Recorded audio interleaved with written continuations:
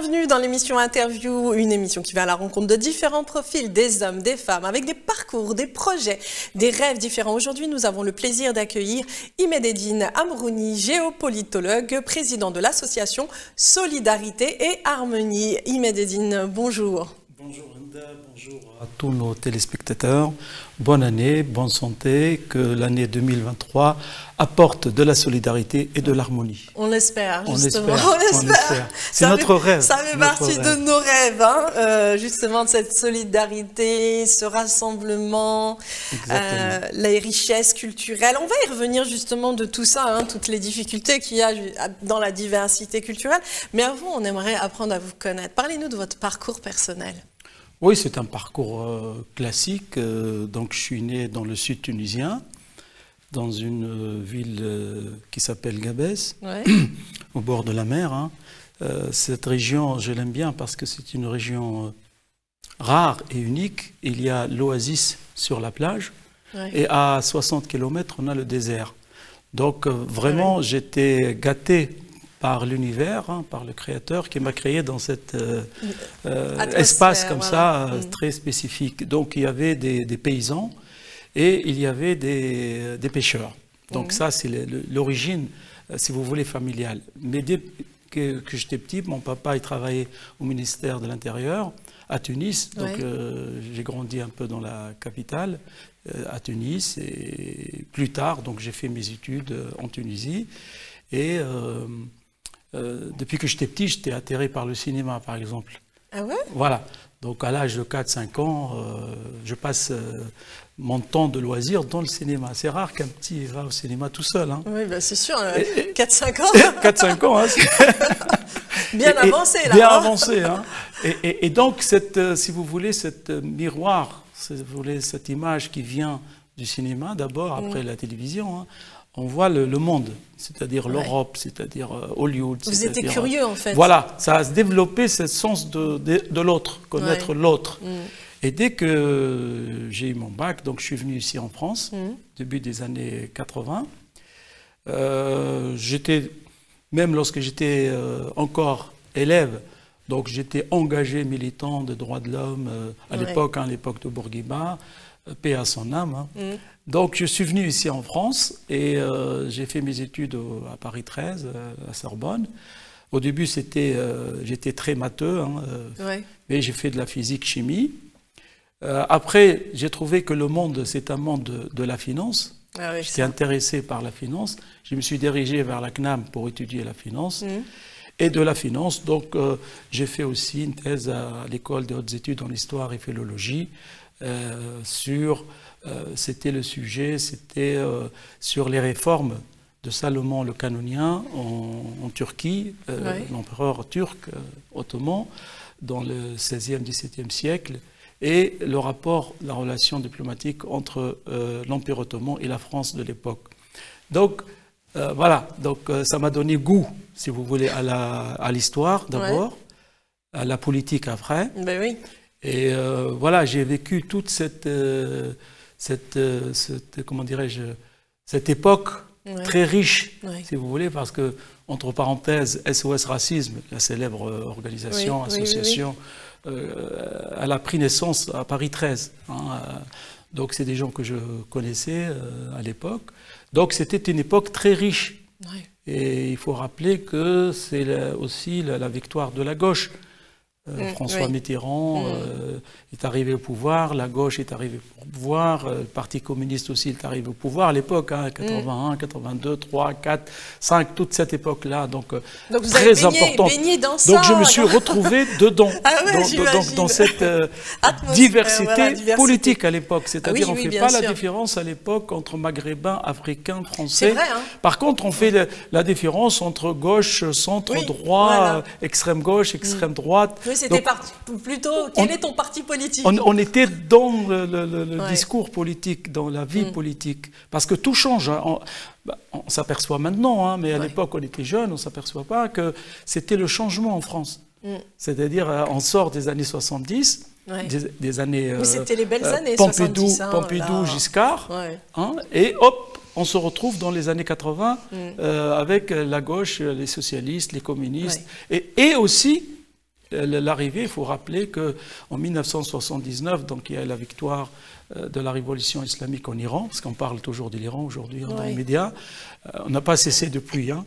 Donc il y a cet événement qui a aussi amené quelques changements sur la communauté, ou j'aime pas la communauté, les musulmans en France et en Europe. Et donc, ça a commencé, dès ces années-là, le questionnement sur la culture musulmane, la visibilité des musulmans, les droits des musulmans, dans le droit du foulard, parce qu'après, on va voir l'affaire du foulard qui va arriver en 89.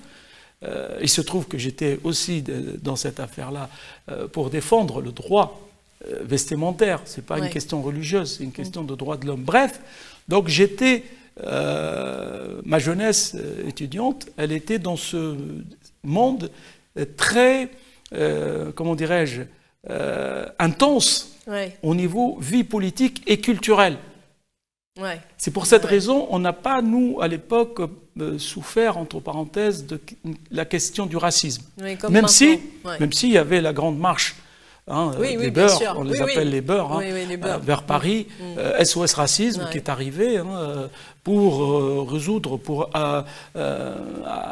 amener quelque chose à la jeunesse française, parce que quand même ces Africains, ces Maghrébins venus d'ailleurs, ce sont des Français, on les voit. Ils sont devenus des grands footballeurs, des grands chanteurs, des grands artistes, médecins, et des ministres. Et ils sont devenus des ministres, des secrétaires d'État, des ambassadeurs. Donc voilà. Donc moi, je faisais partie de ces premiers, si vous voulez, étudiants, jeunes étudiants à 20 ans, qui ont vécu cette vie intense politique et culturelle qui a confirmé pourquoi on choisit d'être français, pour moi en tout cas. Parce que j'ai choisi, c'est un choix. Bien sûr.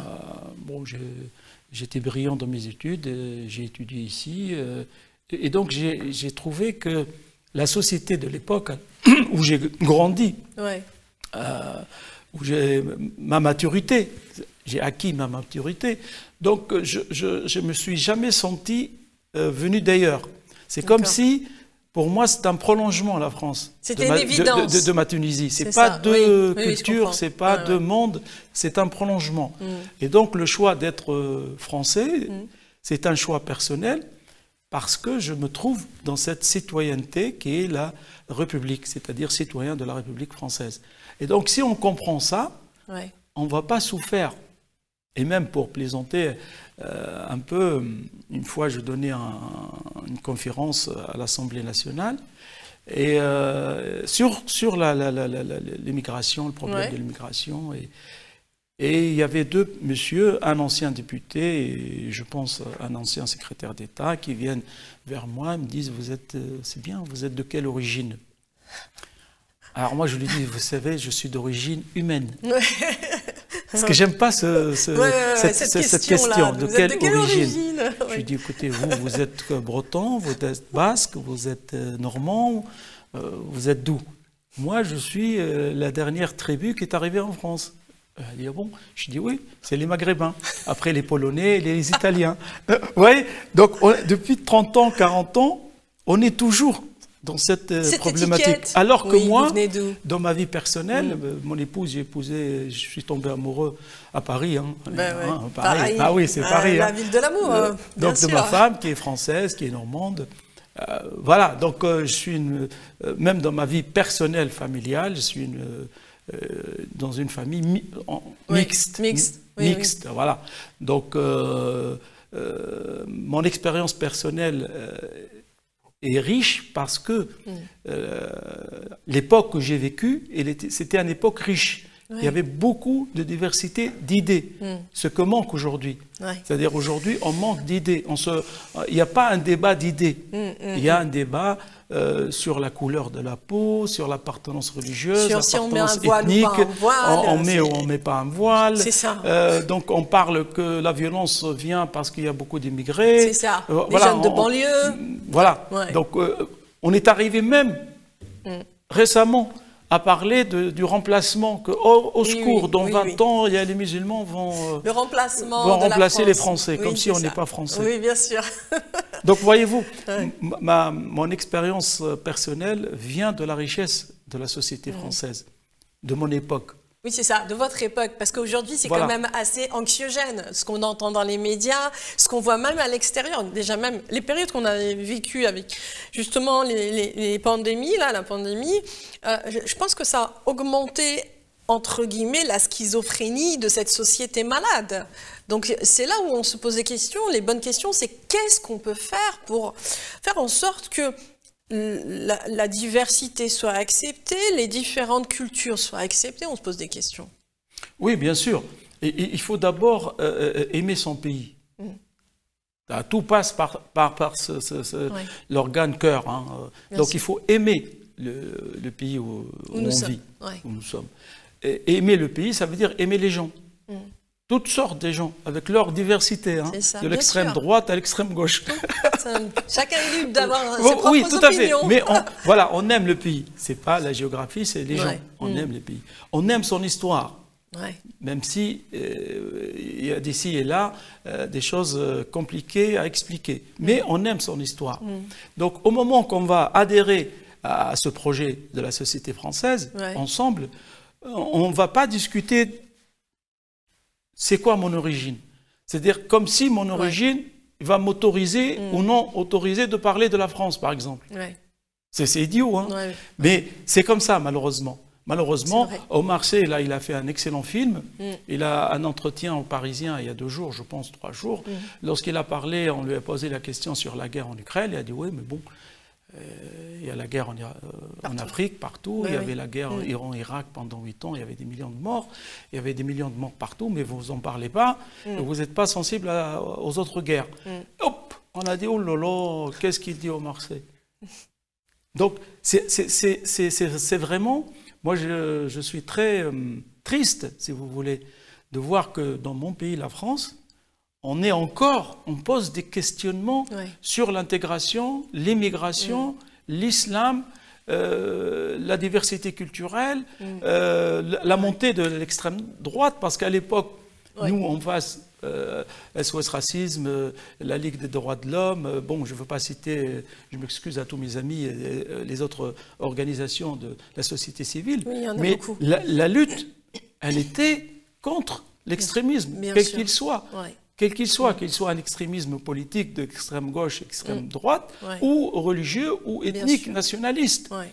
Parce qu'à l'époque aussi, il y avait les Corses, les Basques. Bon, je pense que de tout le temps, il y a toujours eu des conflits avec les humains. Il y avait même des actions de l'extrême gauche, donc, bon, Action Directe et bien d'autres. Bien sûr. Donc la violence ne vient pas essentiellement de le fait d'être immigré ou le fait d'être français de souche. La violence vient des crises de la société, crise économique, crise culturelle, crise politique, crise financière, crise sanitaire, crise de génération. Mais toujours, il y a eu ces crises-là de tout temps. Oui, bon, on parle toujours des 30 glorieuses, par exemple. Oui, hein? Oui, c'est vrai. Moi j'ai toujours vécu dans les crises, mais c'était des crises où les gens ils étaient plus solidaires.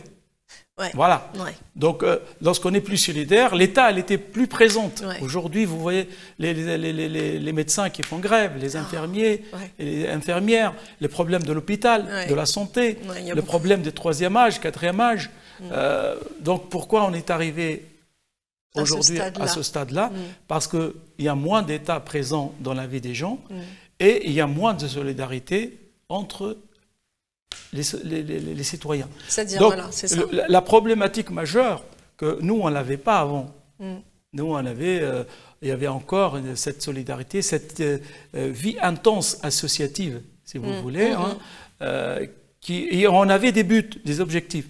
C'est-à-dire, bon, il y avait l'extrême droite, il y avait les gens qui veulent montrer qu'il y a eux seuls qui peuvent repenser la France ou penser en tant que Français. Et dans le débat, c'est vrai que le centre-gauche, la démocratie chrétienne, libérale, a apporté beaucoup aussi aux enfants de l'immigration à devenir des vrais Français. Parce qu'il faut saluer les efforts faut saluer des efforts de l'État à l'époque de M. François Mitterrand, à l'époque de M. Jacques Chirac. Voilà, je ne veux pas nommer tout le monde. Ouais, il y a tellement... Mais même avec M. Sarkozy, M. Hollande, même avec le président Macron. Donc, en fait, l'apport du centre-gauche et des chrétiens démocrates, c'est un vrai apport pour faciliter l'intégration, faire comprendre la diversité et le fait de voir des grands joueurs de foot. Donc, il faut saluer notre équipe nationale de football. Hein. Mais il n'y a pas que ça. Il y a des artistes, il y a des ministres, il y a des juges, il y a des avocats. Mais c'est ça qu'il faut mettre en avant. Et c'est ça qui, moi, qui me chauffe le cœur. Mais en même temps, lorsque je vois la nouvelle génération, cette nouvelle génération, ce qu'on appelle génération Z ou Y, hein, donc elle a d'autres codes. Au-delà même de la codification française ou européenne, puisque cette jeunesse française, elle est mondialisée. Et là, c'est la première fois qu'on est en train de vivre dans une jeunesse qui ne se reconnaît plus dans l'histoire de pays. C'est comme on le voit en Iran, par exemple, ou ailleurs. C'est une jeunesse mondialisée qui a d'autres codes de langage, hein. C'est un langage, le vestimentaire c'est un langage, la coupe de cheveux c'est un langage. Donc cette dynamique, si vous voulez, associative des années 80 et des années 90, moi j'étais dedans, et donc j'apportais ma façon de faire, ma façon d'être. J'étais dans plusieurs associations. Et comme je suis tunisien, donc dans les années 90, j'étais le président de l'organisation tunisienne de l'éducation de la famille. Donc, pour aider, si vous voulez, la communauté tunisienne, qui représente à peu près 750 000 citoyens en France, entre ceux qui résident et ceux qui sont français. Et donc, je me suis occupé de la jeunesse tunisienne pendant 5-6 ans à peu près. Et plus tard, j'ai commencé à travailler, si vous voulez, dans le sens... Comment être un vrai citoyen français et européen? Parce qu'on parle de l'Europe beaucoup en France. Oui, c'est vrai. On vrai. parle beaucoup d'Europe. Et donner, si vous voulez, les argumentations républicaines, pas d'identification culturelle seulement. Parce que la République, pour moi en tout cas, même pour l'histoire, même pour les historiens, la France c'est une idée politique, c'est un projet politique. En France, il y a beaucoup de peuples. Il n'y a pas un seul peuple français. Bien sûr. Il y en a beaucoup. Il y a beaucoup de langues. Hein, il y a même les Bretons ils ont leur drapeau, ils ont leur langue, ils sont heureux, mais en même temps ils sont heureux d'être français. Donc la France, c'est un projet politique. Donc si on arrive à faire comprendre à notre jeunesse que la France, c'est une identification politique, c'est un projet politique basé sur des principes, fraternité, égalité et liberté, bien sûr. Il y a des gens qui vont rigoler et me dire oui, bon, elle est où l'égalité? Il n'y a pas beaucoup d'égalité là aujourd'hui. Et la fraternité. Mais il faut rappeler que des Français, à l'époque de la Révolution française, et même après, hein, pendant la Commune, et bon, je ne veux pas faire toute l'histoire de la France. Mais surtout que là, c'est bien, c'est la fin même de l'émission, tellement ça passe vite. Ça passe trop vite. En fait, il faudrait revenir, parce qu'il y a tellement à apprendre, justement, c'est important, faire d'autres émissions, justement, interviews avec vous, sur chaque époque, parce que vous êtes géopolitologue, il y a tellement à dire sur la difficulté, justement, de la diversité culturelle, la nécessité, justement, du dialogue et de la solidarité, ce que vous nous avez dit. Pourquoi les guerres extérieures influencent énormément l'économie et les crises sociales. Donc tout ça, c'est encore une émission, rien que pour vous. Donc juste pour finir, en 2019, avant même le Covid arrive, j'ai eu cette idée de dire il manque dans notre pays la solidarité, d'une part, et il manque l'harmonie. C'est quoi l'harmonie? J'ai réfléchi même sur le sens de l'harmonie, c'est-à-dire le bien-être, le développement personnel et au niveau santé mentale. Et j'ai dit, allez, je crée cette organisation Solidarité et Harmonie. Et plouf, le Covid arrive. Donc voilà, donc on a besoin de la solidarité pour avoir une vie harmonieuse ensemble. Eh ben, en tout cas, on le souhaite justement. Merci beaucoup. Vous êtes un puits de savoir. On a découvert avec vous, on a voyagé dans l'histoire de la France, dans la citoyenneté. Et c'est vrai qu'il est important de revenir à l'essentiel. Les valeurs, liberté, égalité, fraternité ne sont pas que des valeurs de l'État, mais du citoyen lui-même. Merci beaucoup et à très bientôt. Merci. Et bonne année encore. Merci et merci de nous avoir suivis sur Interview. On vous dit à très bientôt.